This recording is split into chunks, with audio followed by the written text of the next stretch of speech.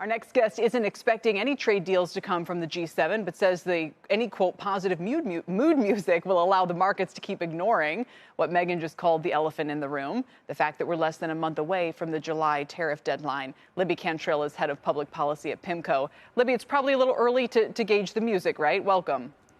Hi, how are you? Yes, yeah, too early as of now, but as we wrote in our note to clients this morning, we don't think we're going to see any real trade deals, really probably any announcements of substance coming out of this G7 meeting. But you could see, as I said, some positive mood music coming out all the same, but nothing, likely substantive coming out of these meetings today. You mentioned that we shouldn't expect any kind of communique, which was always the big event, right? It would be they have the meeting and then some sort of statement would come out of all the world leaders. But Carney has already indicated that won't be the case and we'll just get individualized remarks.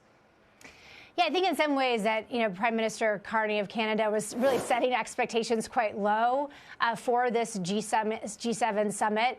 Usually there is some effort to try to produce a communique among the leaders of the G7. Even though that seems sort of like a formality, it does sort of indicate that there is consensus among these G7 countries on particular issues. However, Prime Minister Carney already said that they're not going to produce that. I think probably an indication of just where these countries stand in terms of really finding agreement, Kelly, honestly, on some of these broader issues. So I think he was smart in terms of taking those expectations down kind of right out of the gate. And again, anything I think additional would be positive. But again, I don't think we should expect anything again of substance coming out of these meetings over the next 2 days. In the meantime, the bill is advancing, the president's bill in the Senate, and we expect it to come out of the Senate Finance Committee this afternoon?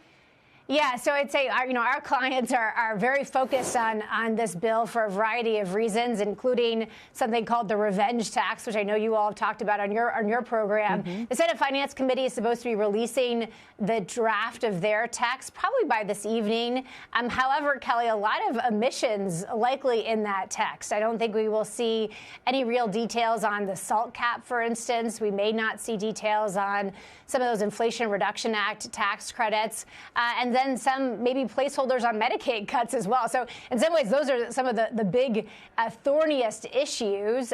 Their negotiations are ongoing, kind of behind the scenes among Republicans in the Senate on all of those issues. We should likely see, though, some language on that Section 899, that revenge tax, so to speak, coming out of the Senate Finance Committee. However, if we do see text this evening, as we expect to. Yeah, and I guess this afternoon, getting that detail will be key to see. I mean, is it possible this thing could pass before July 4th still?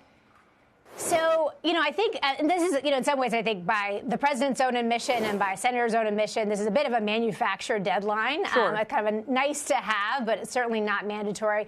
I think for the markets, however, what will be important is passage by the August recess. That is, of course, August is likely going to be the month where the debt ceiling will have to be increased. This bill, of course, does include a debt ceiling increase.